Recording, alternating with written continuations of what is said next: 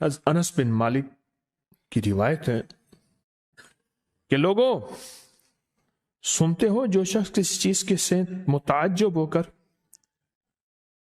سنیں غور سے سنیں، انہوں نے فرمایا لوگوں سنتے ہو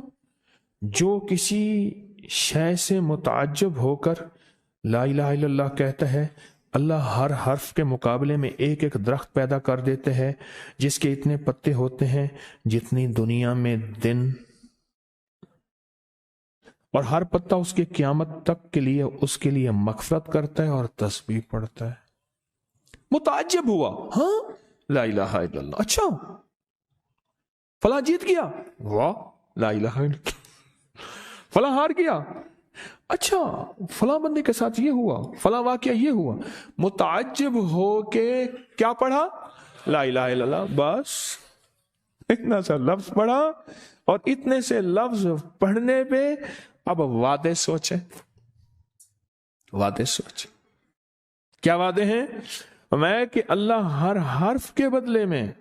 اب لا الہ الا اللہ، اب اس کے جتنے حرف ہیں آپ گن لیں، ہر حرف کے بدلے میں اللہ کیا کرتا ہے؟ ایک درخت پیدا کرتا ہے، اور اس کے پتے کتنے ہیں؟ تو معلوم ہوا کہ درخت کتنا بڑا ہے، بڑا ہوگا تو اتنے پتے ہوں گے، جتنے پتے جتنے دنیا میں دن، جب سے یہ دنیا بنی ہے کتنے دن ہوں گے؟ سال میں 365 دن ہے، تو دنیا بنے کو کتنے لاکھ سال کہتے ہیں؟ کوئی 5 کہتا ہے لاکھ سال، کوئی 6 سال کہتا ہے، کوئی لاکھ، پتہ نہیں کتنے لاکھ اندازے ہیں، اتنے دن ہیں، کھربوں سے کھربوں نیکیاں، کھربوں سے کھربوں نیکیاں اسی وقت بیٹھ کے یوں سمو لیے 1 منٹ میں، جتنے دنیا میں دن ہیں، اور پھر وہ درخت، آگے سنیں، وہ درخت اس کے لیے قیامت تک مغفرت چاہتا ہے، اور وہ تسبیح پڑھتا ہے، اور اس تسبیح کا سارا ثواب اسی کو جاتا ہے، سارا ثواب۔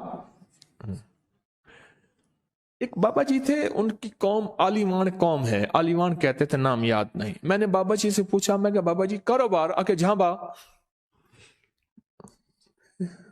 یہ ایک مخصوص لفظ ہے ان کا، میں نے کہا آپ کیا کاروبار کرتے ہیں؟ آکے جھانبا مارتا ہوں۔ جھانبا اصل میں کہتے ہیں درخت کا ایک بہت بڑا لڑا اور شاخ ہو، اس کو جب گھسیٹیں گے تو اس کے ساتھ پتے، چیزیں، شاخیں، تنکے، بہت سی چیزیں اکٹھی ہو کے، سمجھ گیا نا، اس کے ساتھ آتی ہیں، اس کو آپ گھسیٹتے جائیں، جو کچھ دھاگا پڑا ہے، رسی پڑی ہے، شاپر پڑا ہے، لفافہ پڑا ہے، اسی کے ساتھ سمیٹتے آئیں گے،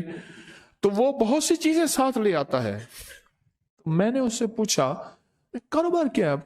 کہہ رہا بس میں جھانبا برے نا، بات والوں نے بات، وہ جھانبا کیا تھا؟ وہ 3 چیزیں بیچتا تھا، بازار کے ایک کونے سے دوسرے کونے تک، دانتن نہیں ہوتا یہ خواتین، اس کے گلے میں ہوتا تھا، ساتھ ایک کٹر ہوتا تھا، ایک وہ بیچتا تھا، دوسرا عطر ہوتا تھا جس کو بارے کہتا کپڑا پھٹ ونجے خوشبو نہ ونجے، اس کے بارے میں الفاظ تھے، کپڑا پھٹ جائے خوشبو نہ جائے، تیسرا کوئی سرما تھا وہ بیچتا تھا، شہر کے دروازے ایک بازار کے چلتے پھرتے ایسے، اس کو وہ جھانبا کہتا تھا، وہ کہتا تھا بس تھوڑی دیر کام کرتا ہوں روزی بن جاتی ہے میں آتا ہوں، یہ ایک دفعہ جو کلمہ پڑا اس پہ اتنا بڑا جھانبا لگا، متعجب ہو کر، تعجب میں آ کے ایسی تعجب، اچھا لا الہ الا اللہ، اللہ پاک فرماتے ہیں جا تیرے ہر حرف کے بدلے، لا الہ الا اللہ کے کتنے الفاظ ہیں بھائی؟ 12 تقریباً کہہ رہے ہیں آپ، کوئی مجھے 100% بتائے، 12، اگر 12 بھی ہے تو ایک 12 پہ ہر حرف پہ کتنے درخت؟ ایک درخت، اور درخت کتنا بڑا؟ اتنا بڑا کہ اس کے پتے اتنے ہیں جتنے کائنات کے دن ہیں، عدد خلق ہی ورضا نفس ہی وزینت عرش ہی ومداد کلمات، جی 12 اس کے حرف ہیں، تو آپ نے تو بیٹھے بیٹھے کمائی کر لی۔